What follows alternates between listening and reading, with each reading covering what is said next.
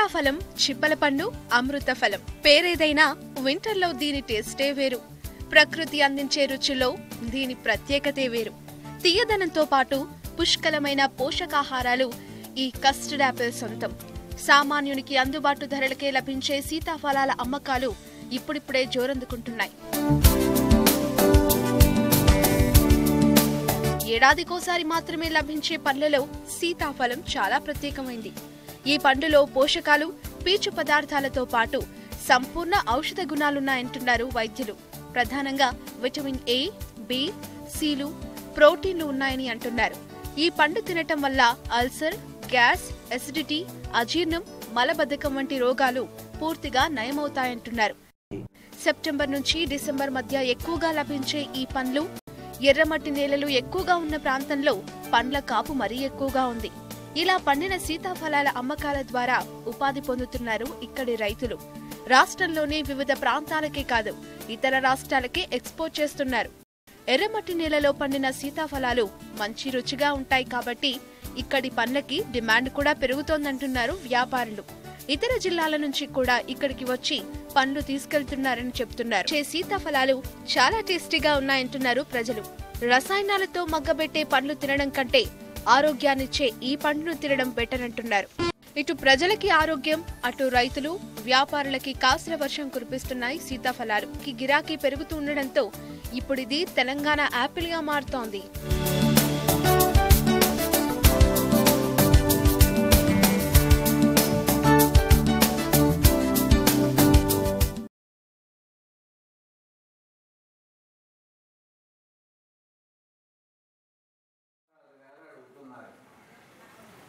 ఇంతవరకు అందరూ లోకల్లో ఋషులు గొప్పవాళ్ళ, ఋషులను సేవించినటువంటి యొక్క వాళ్ళ ధర్మపత్నులు గొప్పవాళ్ళ అంటే పరీక్షిత్ మహారాజా లోకంలో ఒక పురుషుడు ధరించడానికి ఈ లోకంలో మాత్రమవుతుంది అని చెప్పారు.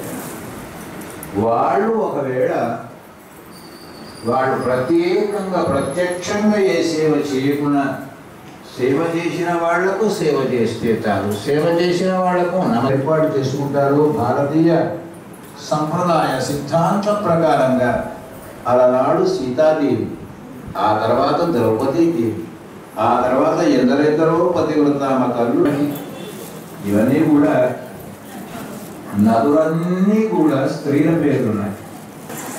నదీ స్నానం చేయాలి. నదములన్నీ కూడా పంటల కోసం, వృక్షాలు పెరగడం కోసం, ప్రకృతి విస్తరించడం కోసం. కానీ నదులన్నీ కూడా పంటలు వండి ప్రకృతి విస్తరిస్తే కలిగి ఆత్మ సౌందర్యం అంటే శరీరం నిలవడానికి ఆహారం కావాలి, అవి ఇవ్వడానికి చెట్లు కావాలి, అవి మొరవడానికి నదులు ప్రకృతిని పోషిస్తాయి. మరి శరీరాన్ని పోషించేది ఆహారం అయితే మనసుకు ఆనందం కలిగించేది, మోక్షాన్ని ఇచ్చేది ఏమిటి? దేనికి కలగాలి సంతోషం అంటే? శాంతి దేనికి ఉండాలి? మనశ్శాంతి. ఈ మనశ్శాంతినిచ్చి ఈ లోకం నుంచి ఉత్తమ లోకానికి తీసుకువెళ్ళడానికి ఉపకరణం చేసేటువంటి వాటి పేరే నదులు.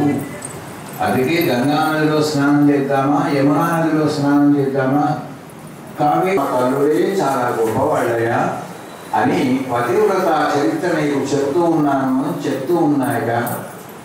నారద భగవానుడు ఒకసారి ఆలోచించాయట అత్రి మహర్షితో. అత్రి మహర్షి, భగవంతుడు నీకు అన్నీ ఇచ్చాడు కదా, అన్నీ ఇచ్చాడు కానీ భగవంతుడని ఆ పరమాత్ముని యొక్క అంశ కలిగిన సంతానం అయితే బాగుంటుంది, ఒక కోరిక కలిగింది నాకు అన్నాడు. కోరిక కలిగితే మరి తపస్సు చేయవచ్చు కదా అన్నాడు నారద భగవాన్. ఈ బాహ్యమైన కోరికల కోసం తపస్సులు ఎప్పుడు చేయకూడదు. భగవంతుని అనుగ్రహం వస్తే రాకపోతున్నా అంటే ఆ భగవంతుని అనుగ్రహం ఎట్లా రావాలో ఇటువంటి కథలు నడపడం నాకు బాగా తెలుసు అనక. నీ ఇంట్లో త్రిమూర్తుల అంశాలతోని పిల్లలు పుట్టేట్టుగా నేను ప్రయత్నం చేస్తాను అన్నాడు నారద భగవాన్. బయలుదేరాడు. ఆయన ఏది చేసినా కూడా ఒక నవరాశ్రవంతి దేవుడు. నారదుడు ఏది చేసినా నవలా శ్రవంతి. మనం చందమామ పుస్తకమో భాగవతమో భారతమో చదివితే కథ ఎట్లా ప్రారంభం అవుతుందంటే అనగనగా ఒక రాజు, ఆ రాజుగారికో రాణి, ఆ రాణికో నలుగురు పిల్లలు, వాళ్ళకో రాజ్యం. అంటే మనకు మొదటి నుంచి అర్థం అవుతుంటుంది కథ. కానీ ఇప్పుడు మనకు గెలవు. కానీ నవలా శ్రవంతి అంటే నవలలు ఉండేది, అది అర్ధరాత్రి 12 గంటలు. అప్పుడు ఒక కాలు తప్పుడు ఆయన ఎవరు తలుపులు కొట్టి ఆ శబ్దానికి ఇంటి వాళ్ళు లేచి నడిచి అందులో ఒక అడ్డం పడేది. ఆ వెంటనే దారిలో ఎక్కడి నుంచి మొదలైంది కథ, ఎక్కడికి పోతుంది కథ అంటే నారద భగవానుడు చేసేది కూడా విచిత్రమైనటువంటి నవల శ్రవంతి. 3 లోకాలు తిరిగాడట. ఆనాడేదో మంచి రోజు కనుక 3 అమ్మలు ఒకటే చోట కూర్చున్నారు. పార్వతీదేవి, సరస్వతీదేవి, లక్ష్మీదేవి. ఏం మాట్లాడుకుంటున్నారు వాళ్ళు అంటే వాళ్ళ గురించి వాళ్ళే మాట్లాడుకుంటున్నారు.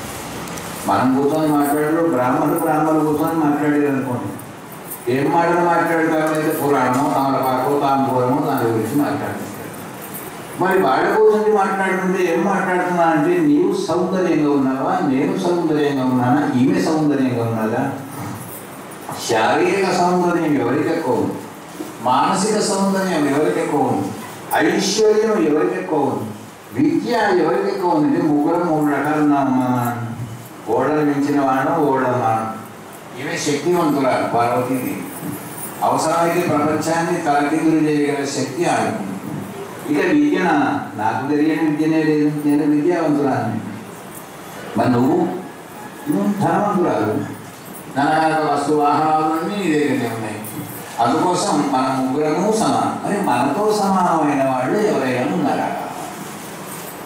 ఆలోచన మన 3 బాగానే అనుకుంటే అయిపోయేదానికి మనకంటే మించిన వాళ్ళు ఎవరైనా ఉన్నారా అని అంటే పెద్ద తప్పండి. ఎందుకంటే ఎవరమ్మ వాళ్ళ గొప్ప. మా అమ్మ గొప్పదేని మీరు ఎన్నిసార్లు అనుకున్నా పర్వాలేదు, కానీ మీ అమ్మ కంటే మా అమ్మనే గొప్పది అనుకున్నప్పుడు మాత్రం కోపం కొట్లాట ప్రారంభం. కాబట్టి ప్రపంచంలో ఏమీ లేవు. ఇంతలో పడవకు రాగం పడదు, బయట నీళ్ళనే పడవ మీద పోయింది. ఇది దేవి. అందుకోసం వీళ్ళకు అనుకుంటూ మన 3 కంటే గొప్ప వాళ్ళు ఎవరైనా ఉన్నారా అనేటువంటి సరైన బిట్టు మాట్లాడేటప్పుడే వచ్చాడ నారాయణ అని వచ్చాక అన్నీ ఆలోచిస్తాయి. ఒక ఆయన వచ్చి ఒక ఆయన దగ్గర కూర్చొని మాటి టైం చూస్తున్నాడు. బాబు ఏమైతే టైం చూసినా తెలియదు, చాయ్ తాగే టైం అయింది కదా, నేను వెళ్తాను. అయ్యో నువ్వు కూడా తాగు అన్నాడు. అంటే వీని ఉద్దేశం తాగడానికి కోసం వాటర్ టైం ఏర్పాటు చేశాడు. నారద భగవానుడు కూడా బహు చమత్కారి. ఆయన వీరికి ఏది రాకుండా కూడా వాళ్ళతో ప్రయత్నం చేయమంటే చేస్తారన్నాక భూలోకానికి వెళ్ళిపోయినాడు. తెల్లారి వచ్చినాక ఏమైంది ప్రయత్నం అంటే అమ్మ జ్ఞాపకం లేదు అన్నాక. ఈయనకు జ్ఞాపకం ఉంది. నర్మదా నది తీరానికి వెళ్ళాడు. అక్కడ కొన్ని రాళ్ళు ఎదుర్కొన్నాడు. అక్కడి నుంచి అనసూయమ్మ గారి ఆశ్రమానికి వెళ్ళాడు. తల్లి నాకు ఆకలి అవుతోందంటే షడ్రసోపేతమైన వంట చేసి పెట్టుకుంటావా, అపక్వమైనటువంటి ఫలాలు పెట్టుకుంటావా, 100 మూలాలు తింటావంటే అమ్మ తిని తినయే తింటూ విసుగు. మనకు మాత్రం రాదా, రోజు వంకాయనా అంటే ఏది ఎక్కువ సాధించి దాని మీద రుచి విసుగు ఉంటుంది. కనుక నాకు ఏదైనా కొత్త పదార్థాలు తినాలని అనిపిస్తుందమ్మా, నేను ఈ రాళ్ళు తీసుకొచ్చాను, దీన్ని ఏమైనా వంట పెడతావా. రాళ్ళని ఎట్టమంటే చేస్తుంది మార్చి. నీవు చేయాలనుకుంటే ఏదైనా చేయగలుగుతావు, చేయాలనుకుంటే ఏదైనా చేయగలుగుతావు అని నువ్వు అన్నావు కనుక ఏమైనా ఇవ్వవచ్చు. ఎందుకంటే మహాత్మ యొక్క వాక్కు అని లోపలికి వెళ్ళింది, బయటకు వచ్చింది, ఏమో పండ్ల లాంటివి తీసుకొచ్చింది. కొన్ని ఏదో చెర్రీలో అంగులు రుచి చూస్తే ఇదివరకు తిన్న పదార్థాల తిరగలు లేవు. ఈయన తినడానికి కాదు, కొంత రా మెటీరియల్ కూడా దగ్గర పెట్టుకున్నాడు. చక్కగా పార్వతీదేవి దగ్గరికి వెళ్ళాడు. సోమవారం అయ్యా వచ్చావా నారదా, నా పని ఏమైందంటే అమ్మ మీ పనిలోనే ఉన్నాను ఇప్పుడు నేను. అదేం ప్రసాదం, ఏం ప్రసాదమో తర్వాత చెప్తాను, తినమ్మా అన్నాడు. వైకుంఠలోకానికి వెళ్ళాడు. స్వామి నారాయణమూర్తి చూచాట. బాగా ఆగ్రబాదగా వస్తున్నావు నారద మహర్షి, ఏమిటి విశేషం అన్నాడు. ఇంకెక్కడ ప్రారంభమైంది స్వామి విశేషం, ప్రారంభమవుతుంది. అందుకోసం మీకు ఏదైనా ప్రసాదం పెడదామని తెచ్చాను. ప్రసాదం తెమ్మన్నాక భగవంతుడు తిన్నాడు, లక్ష్మీదేవి తిన్నది. ఇవి కొత్త రకంగా ఉన్నాయి, ఎలా ఉన్నాయి, ఇవి ఎక్కడి నుంచి తీసుకొచ్చావు అంటే తీసుకువచ్చిన సంగతి తర్వాత చెప్తానన్నాడు. బ్రహ్మలోకానికి వెళ్ళి సరస్వతీదేవికి పెట్టకుండా బ్రహ్మకు వెళ్ళాడు. బ్రహ్మదేవుడు చూసినాడు, ఇవి నా సృష్టిలో తయారైన వాటిగా లేవి అనుకున్నాడు. నారదా ఇది ఏం ప్రసాదం అంటే, అయ్యా ఒక పతివ్రత మా తల్లి ఆమె భర్తను ధ్యానించి రాళ్లను ఈ రకంగా మార్చింది ఈ ప్రసాదం అని 3 చోట్ల చెప్పాక ఈ ముగ్గురు కలిసి బ్రహ్మలోకానికి వచ్చారు. ముగ్గురు కలిసి విన్నారు. ఈ రాళ్లను పండగ ఏమొస్తుందా ఎవరికైనా అంటే, అమ్మ పతివ్రతాలు చేస్తారట, నాకు కూడా తెలియదు కానీ మీరు కూడా చేస్తామంటే మీకు రాళ్ళు పెట్టిపోతారు, మీరు కూడా చేయండి అన్నాడు. ఇది రాళ్ళు పెట్టాడు. వీళ్ళు పెద్ద విచారంలో పడ్డారు. ఈ నారదుడు వినంగా కొంతమంది వినంగా కొన్ని మాటలు మాట్లాడుకోకూడదు. అందుకోసమే ఏదైనా రహస్యాలు లేకపోతే వినకూడని మాటలు మాట్లాడుతున్నప్పుడు ఏమంటారు, కొంచెం అటుపోయే మాట్లాడుకోవాలంటారు. ఈ నారదుడు మనం మాట్లాడేటప్పుడు లోకంలో మనకంటే పతివ్రతలు ఎవరు ఉన్నారు అని ఆ చివరి వరుడు మాట్లాడేటప్పుడే వచ్చి కూర్చున్నాడు. ఇదే మరి రాళ్ళను మనం ఏమైనా చేయగలుగుతామా అని పార్వతీదేవి లక్ష్మీదేవితో అడిగితే, ఒకవేళ కాకపోతే కానీ కాలేదు అనే విషయం మాత్రం ఈయన మొత్తం దేశం అంతా చెప్పి వస్తాడు. నారదుడు సామాన్యమైనటువంటి ఒక వ్యక్తి కాదు. అడ్డం పడితే పడ్డా కానీ పట్టేటప్పుడు ఎవరైనా చూచాడు అనేటువంటిది పెద్దది. అందుకోసం ఎవరైనా అడ్డం పడితే దెబ్బ తాకిందంటే నాకెందుకు తాకుతుంది దెబ్బ, మరి నాకు తాకుతుందా, చూసినాడు తాకుతుందా, పడ్డాడు తాకుతుందా? అమ్మాయి ఇలా జరిగింది అని చెప్పాడు, వెళ్ళిపోయాక వీళ్ళు ముగ్గురు అనుకున్నారు, మనమా దీన్ని చేస్తామో చెయ్యమో రాళ్ళను బండలాగా మనకు తెలియదు కానీ ఆ చేసిన మనకి ఏమైనా పరీక్ష పెడదాం అనుకోలేటువంటి ఆలోచన వచ్చిందని వీళ్ళ ముగ్గురికి. ఈ ముగ్గురికి వస్తే ఈ ముగ్గురు ఆ ముగ్గురిని సిద్ధం చేశారు. త్రిమూర్తులను మీరు వెళ్ళి అనసూయాదేవిని పరీక్షించి రావాలి. అమ్మా ఆమె స్థానంలో ఆమె ఉంది, మన స్థానంలో ఏదో మనం ఉన్నాం. మనం వెళ్ళి పరీక్ష చేయలేదు. పాపం ఆమె ఏం తప్పు చేసిందంటే, తప్పు చేయడం కాదయా, మీరు పరీక్ష చేయడం చేసి రండి అని ఇంటిలోని పూలు ఇంటింత కాదయా నువ్వు సంగతి చెప్తాడు. విశ్వరాభిరామ విరుణవేమ వీళ్ళు ముగ్గురు పురుషుల వేషాలు వేసుకొని బయలుదేరారట. పోతూ ముగ్గురు మాట్లాడుతున్నారు, ఏం పరీక్ష చేద్దాం, ఎలాంటి పరీక్ష చేద్దాం అనుకోని అక్కడికి వెళ్ళి ఆశ్రమం ముందర హరి భిక్షాందేహి అనగానే అనసూయమ్మ గారి బయటకు వచ్చిందట. రండి నాయన, మీకు భోజనం కావాలా, ఉపహారం చేస్తారా, కందమూలాలు తింటారా, ఏం తింటారంటే, అమ్మా మా నియమాన్ని మేము లోపలికి వచ్చినాక చెప్తామన్నారు. చక్కగా వడ్డించి పెట్టిన తర్వాత అమ్మా కొంతమందికి ఏమో ఓ మంత్రం చదివి భోజనం చేసే అలవాటు, కొంతమందికి ఏమో మడి కట్టుకొని తినే అలవాటు. మాకు కూడా ఓ నియమం ఉంది, వడ్డించేవాళ్ళు పుట్టిన పిల్లలు పుట్టినప్పుడు ఎట్లాగైతే ఉంటారో అట్లాగా వడ్డిస్తేనే మేము తింటాము అని అనుకుంటారా. ఏం పరీక్ష ఏంటి మహాత్ములారా, ఇది కోరగలిగిన కోరికనే అంటారా? నిజంగా మీరు మా నియమం అది.